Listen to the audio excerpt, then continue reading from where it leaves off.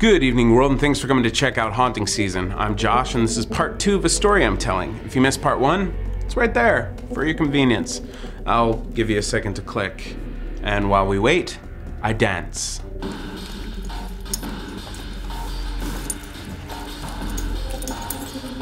And here's part 2. In my wife's reality, I was only gone for a second, maybe 2.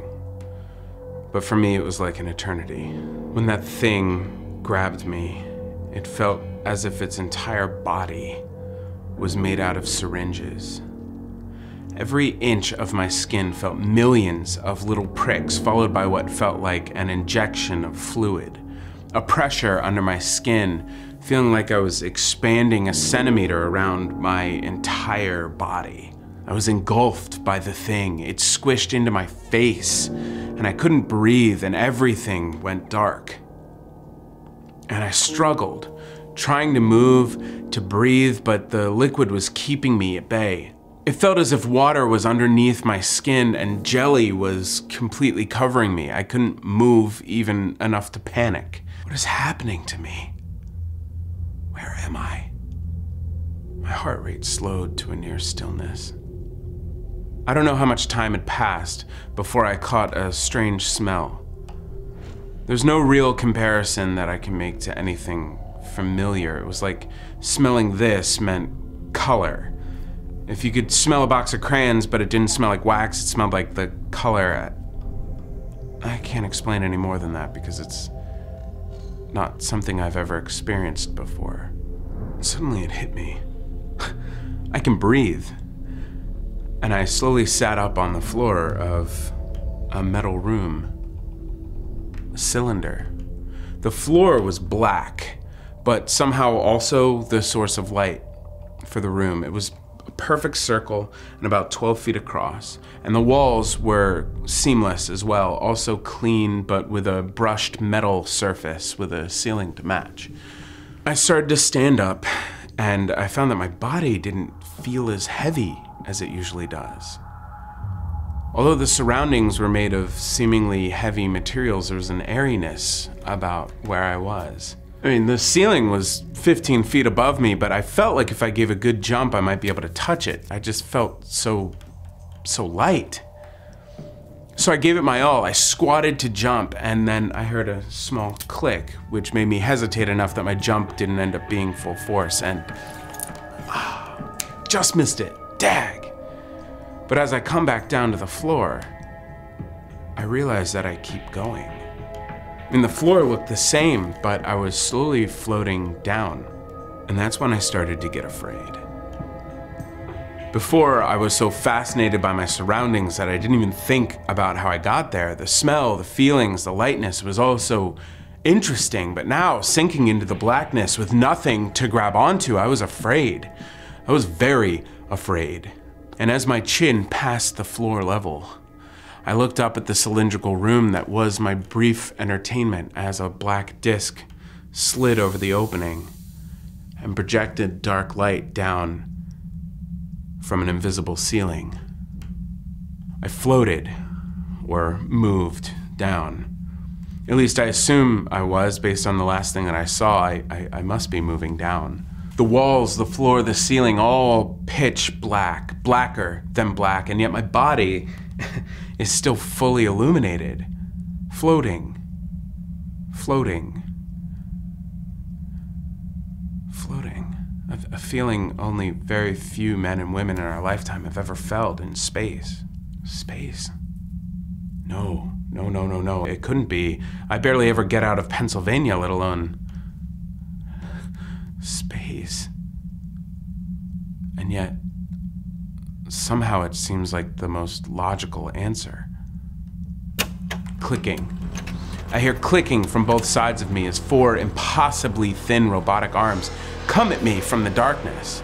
And I try to push them away, but they're so thin that they keep disappearing into the blackness. As thin as sewing needles, the long arms are coming at me, and they look like they have 3 fingers and 2 thumbs, and they're groping at my body. Finally, I make contact with one, and I grab it, trying to snap it off at the wrist, but the thin metal, it slices at my hands. How could it be so strong? Two of the needly arms grab my wrists and dig into the skin like wire, cutting deeper as I struggle. But then they let go, as if they're surprised by the result, and they try a different approach. The 3 fingers of each hand penetrate deep into my forearm, digging into my muscle tissue, and the thumbs injecting likewise into the opposite side, pinning my arms up so that I can't fight. And I let out a scream, which can only be seen and not heard. And it looks like a golden vapor, like very fine glitter, floating in a mist. In agony, I'm kicking at the remaining 2 arms, which are pulling at my shoes.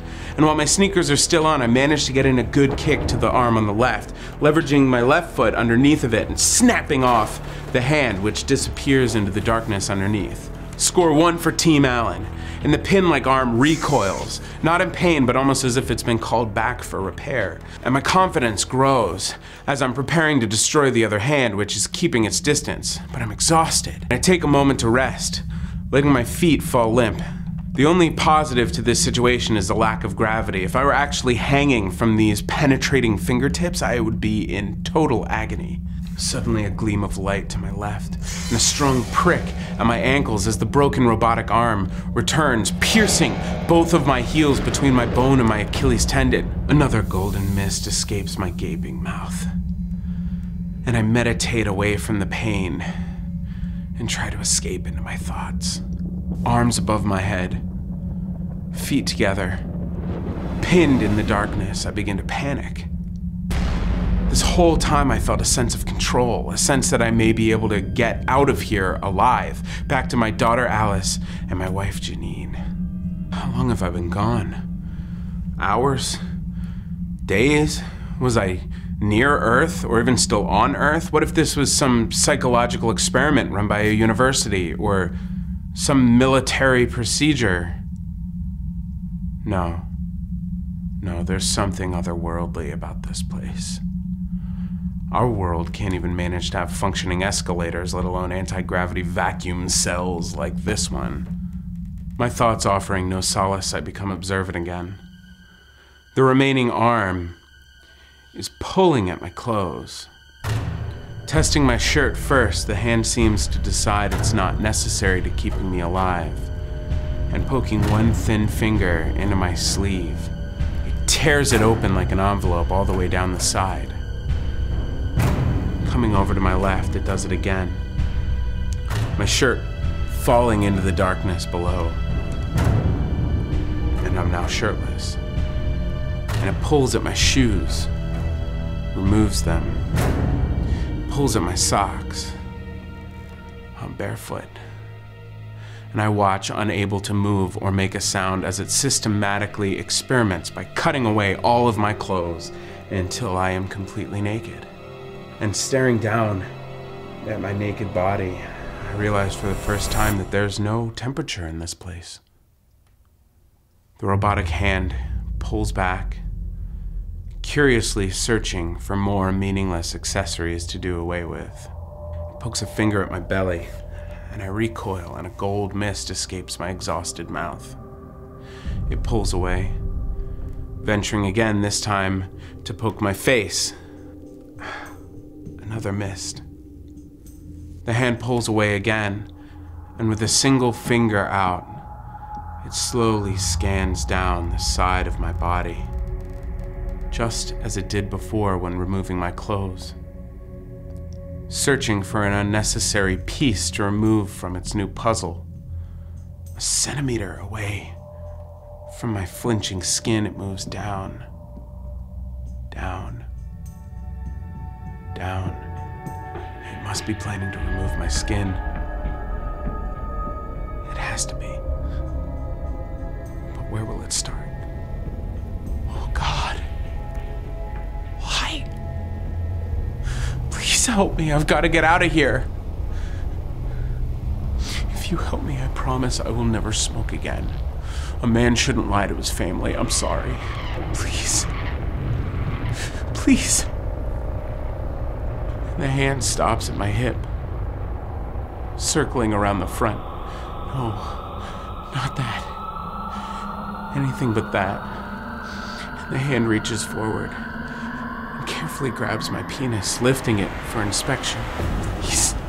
God, spare me. And it retracts, letting go of me. A tiny mist escaping my mouth. Thank you, Lord. With a newfound sense of relief, I let out a tiny little sigh as the hand moves back up my body. And I notice, as ever so subtly, the fingertips of the hand open up like little satellite dishes. And it moves up over me like a shower head, and once in position, begins to spray liquid all over my body. And the liquid has no temperature, and there's no breeze in here, so I don't feel wet. It's just a strange, smooth texture running all over my entire body. And as I look down, watching the light blue liquid cascade down my naked body, I notice that it's filled with little brown squiggles, all different lengths. My hair. It's my hair, all of it. And I watch helplessly as my arms and legs and body become as hairless as a dolphin, a new extreme of nakedness and vulnerability. And when it's done washing me, stripping me of my texture, it lets go. First, the fingers sucking out of my forearm with a jolt, and then I begin to pivot down from the spike through my heels, twisting inside of me, and then there's this tremendous pain as it quickly and violently rips through my flesh and out of my ankles. And one last golden mist shoots from my gaping mouth as I spin through the black void and then land on the glass floor. And as light begins to come from the black glass floor, the room illuminating around me, I see that I'm back in my room from before. Or perhaps I never left. And I try to stand, but the exhaustion overwhelms my body, and I slip into a heavy slumber.